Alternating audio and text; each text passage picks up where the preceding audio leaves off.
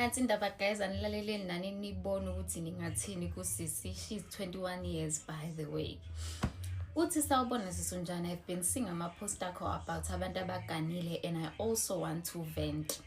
I am 21 years of age. My husband and I have been together for a year and a few months now, and we have a daughter. And ngile ku TikTok wakhe ngabona ngempela she looks young and ibanengane yentombazane. Our marriage was fine until uguy waqala izitayela zakhe. Engasala lekhaya wathola umqasho. He would go the whole day without speaking to me unless kukhona akakudingayo ebaleni. Engasanginaki embedeni nemali engasayithumeli. If he wasn't coming back, wayengabiki, ngangilala nje without knowing where he is, and decided to search ifoni yakhe, and izinto engazithola he was dating more than amantombazana awu-5 and waphi imali, whereas mina engasangiphi. I don't even remember the last time he gave me money cause angisebenzi.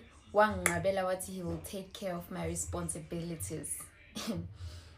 When I confronted him about it, he would tell me ayikho indoda engajoli and ikuphi engikufunayo cause ungakhela umuzi and uyondla nengane, and I won't lie, ingane yakho uyayithanda, inkinga yimi.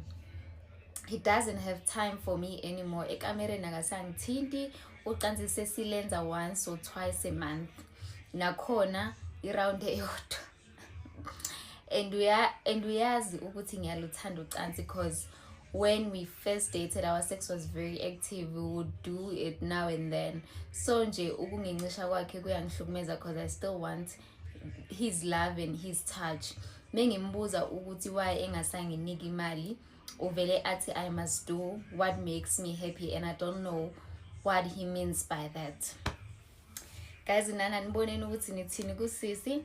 But into that I'm taking away from this, yabona abantu abadala mabethi ungashada umncane, leso statement most of the times basisho nje besiphosa, uyabona, basisho besiphosa, but uma usibukisisa nje closer kahle kahle sisho ukuthi awucabange una 21 sekufanele bekezelele ukuchithelwa indoda, uyofika nini ku-40.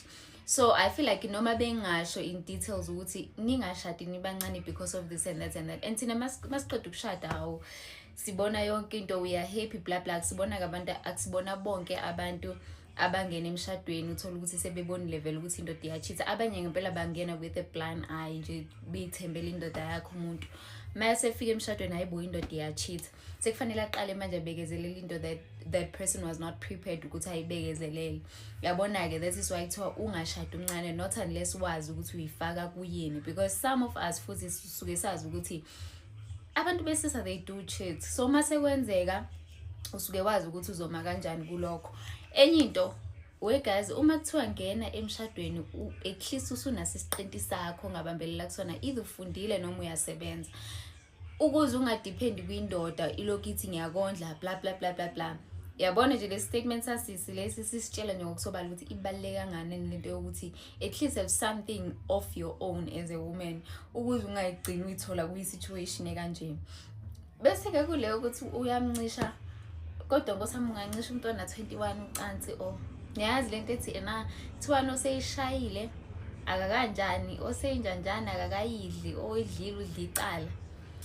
Angivale lapho ke guys, hopefully bakhona abantu abazocommenta and advise usisi ukuthi enze kanjani. But mina I feel like ngine content eningi kwi-page lami angayibuka ukuthi masuke wafind out, yabo masuze wafind out haya asuke sechithekile amanzi, asuze wafind out angiphathi kuzofind out akaningi haya asuke sechithekile amanzi. Yabo i-content yami is for people abangakashadi noma abantu abangakabatholi umaqondana. At least uzothi mawuthola umuntu ozothandana naye noma mawungena emshadweni wazi ukuthi ngampela kunezinto ongafanele uyixake ngazo, otherwise izokumoshela umshado wakho before you even start. Hello Mzansi, welcome to Mgozi waseMzansi. Nangisisi uyakhala lana, she's 21 years of age. Uthi mina wakhe akasalala endlini, umyeni wakhe sowulala amalunde, uyahamba nje anyamalale, angasho nokuthi uyaphi ulalaphi, uyahamba nje sojwayela nokuthi letinye tikhathi vele utilalela yedwa. Uthi uke wasearch ifoni yakhe wabona ukuthi He's cheating with more than 5 girls ke sana. Cabanga having to sleep at home alone. Ulenze umuntu ukuthi uyobuya umathi nokuthi uyobuya nini. Leso sikhathi we are so young, 21. Uyofika nini ngisho ku-30, uyofika ku-30 esho ukuthi phela wena sowufuseka ungasaguyo bese ufokofa cause we are 21, you're still young. Why ubeketelela indoda lengalala ekhaya le-cheat-ako ilala nawe makuthanze yona uthi noma once or twice a month, 1 round nyana nje la kangasho lutho ukuthi nje mfana usukwade icecela liqala. Girl, just love yourself. Ngi-advice lengakunika yona mina ukuthi dethanze move on with your life. You are still younger and there are plenty of fish in the sea. Uloku hlalile muntu 21 years girl uyofika ku-30 unjani?